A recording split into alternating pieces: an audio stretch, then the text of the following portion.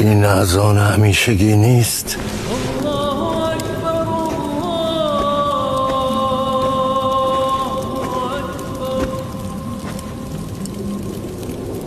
صدا از خیمه های حسین است.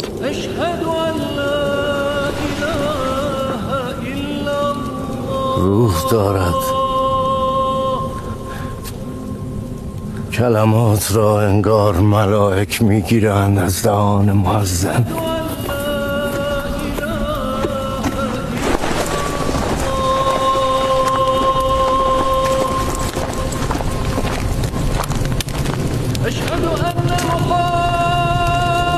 این صدای کیست؟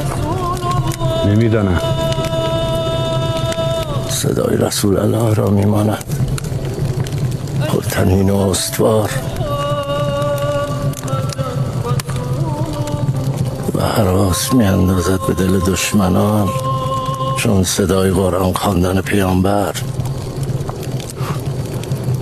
میبینم شما هم مسحور این صدا شده اید.